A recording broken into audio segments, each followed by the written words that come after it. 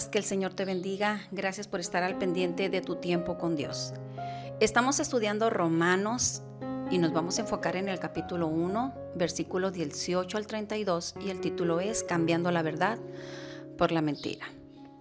Cuando nosotros escuchamos acerca de la ira de Dios, no podemos compararla con la ira del hombre, porque la ira de Dios es justa y es santa.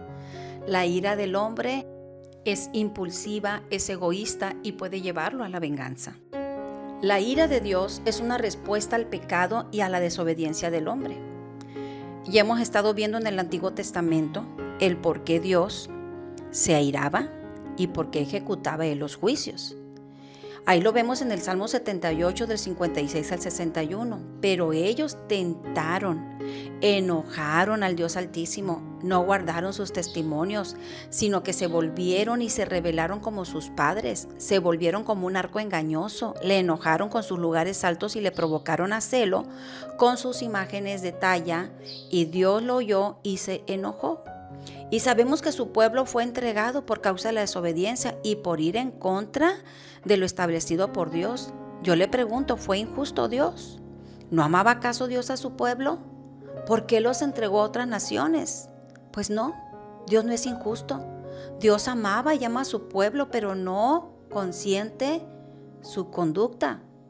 Y fueron cautivos porque no reconocieron su pecado. Solo el arrepentimiento podía alejar la ira de Dios. Pero ellos rechazaron constantemente el plan divino, su amor, su misericordia, su gracia. Entonces Dios actuó. Así que su ira puede ser el comienzo para que regrese el hombre a Dios. Pero el hombre se empeña en ir en contra de la verdad, en contra de Dios, cometiendo todo acto de impiedad y de injusticia. Ahora, si Dios ignorase el pecado, dejaría de ser un Dios santo. Y si no lo juzgase, dejaría de ser un Dios justo. Vamos a darle lectura a los versículos del 18 al 21 para que usted vea hasta dónde y el alcance del hombre en ir en contra de él, en contra de Dios. Dice el versículo 18, porque la ira de Dios se revela desde el cielo contra toda impiedad e injusticia de los hombres que detienen con injusticia la verdad. Porque lo que de Dios se conoce les es manifiesto, pues Dios se lo manifestó. Porque las cosas invisibles de Él, su eterno poder y deidad, se hacen claramente visibles desde la creación del mundo, siendo entendidas por medio de las cosas hechas, de modo que no tienen excusa.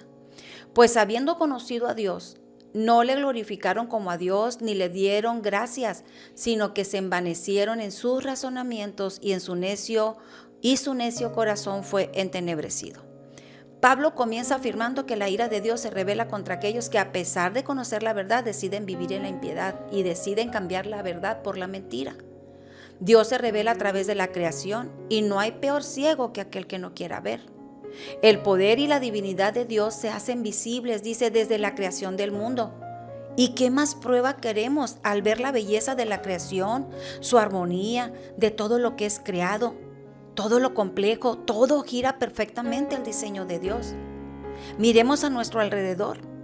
Vea la belleza de una flor, la gestación de un bebé, de un ser humano, cómo éste va creciendo cada una de sus partes, cada mes empieza a tener cosas nuevas.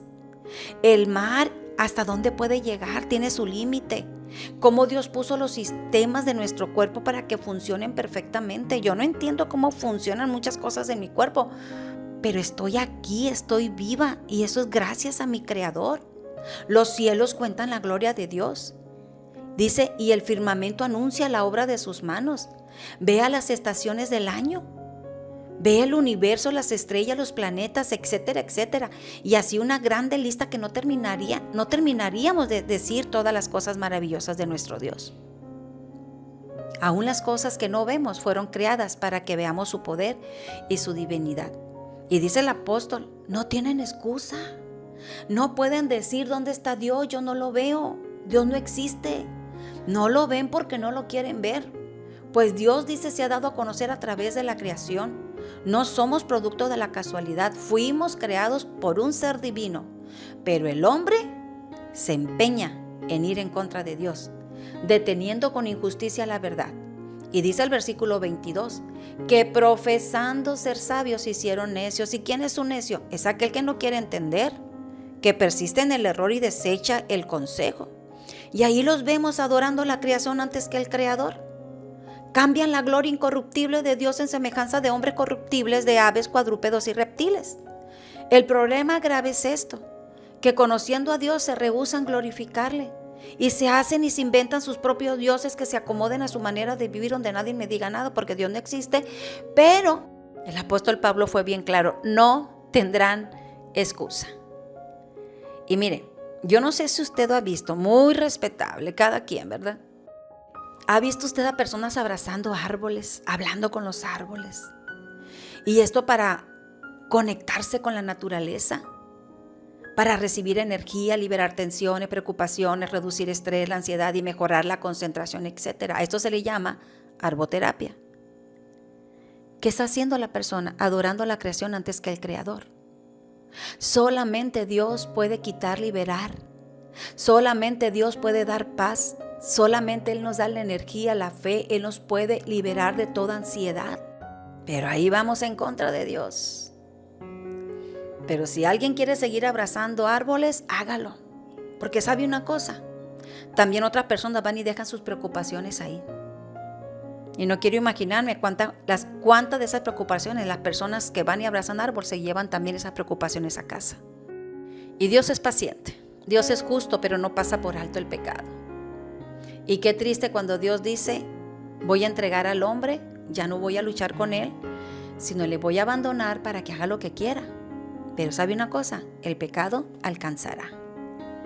De los versículos 24 al 32, eso es otra parte de la Biblia que no me gusta leer ni quisiera meterme mucho en esto. Es como para que usted abra su palabra y usted empiece a leer este capítulo 1, versículo 24 al 32 y analizarlo en su casa. Y usted se dará cuenta hasta dónde la humanidad ha caído. Pero yo me pregunto, ¿y por qué no hablar de lo que Dios aborrece y que por lo tanto vendrá el juicio de Dios? La palabra de Dios dice que los tiempos que estamos viviendo son malos, pero también son peligrosos. Es el tiempo donde a lo malo le llaman bueno y a lo bueno le llaman malo. ¿Qué acaso no se ha dado cuenta de la inmoralidad? La perversión está por todas partes. Y es más, hasta es bien visto. Es como algo popular. Si todos lo hacen, pues también hay que hacerlo nosotros. Desechando así y deteniendo con injusticia la verdad. La decadencia espiritual que estamos viendo hoy en este mundo está desatando la inmoralidad. Y dice el versículo 24, Dios entonces los entregó a inmundicia. Y el versículo 26 dice que Dios entregó al hombre a pasiones vergonzosas. Pues las mujeres y los hombres cambiaron su uso natural por el que es en contra de la naturaleza, encendiéndose en lascivias y cometiendo todo acto vergonzoso. Pero también dice que esa decadencia espiritual lleva a Dios a entregar al hombre a una mente reprobada. ¿Y qué es una mente reprobada? Es una mente depravada. Los entregó, dice la palabra, a la inmundicia, y entonces van a recibir en sí mismos la retribución de sus pecados. Porque esto está alcanzando niveles tan altos. Se está distorsionando la verdad. Se está cambiando el uso natural en cuanto al sexo. Cuando Dios creó al hombre y a la mujer como un complemento. Y quien va en contra de las leyes de Dios va a tener su consecuencia, tendrá su retribución al extravío, dice la palabra.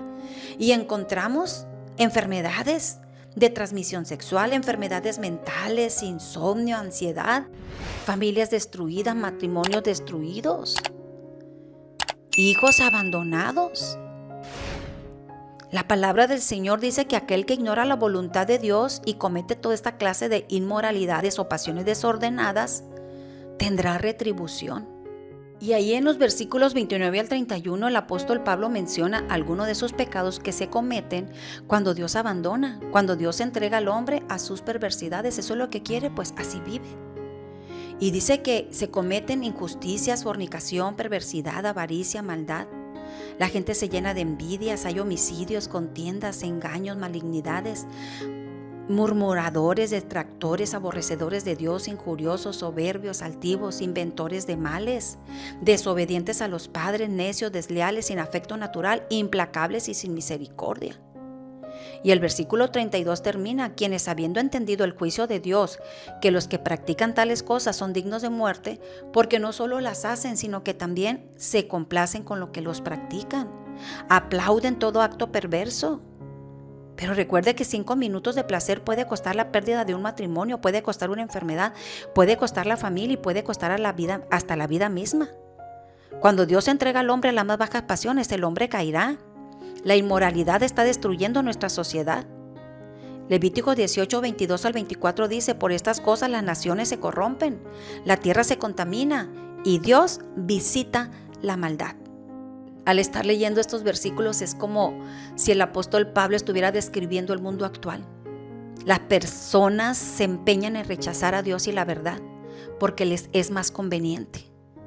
Así vivo como si Dios no existiera, y entonces cometen toda clase de impiedad e injusticia.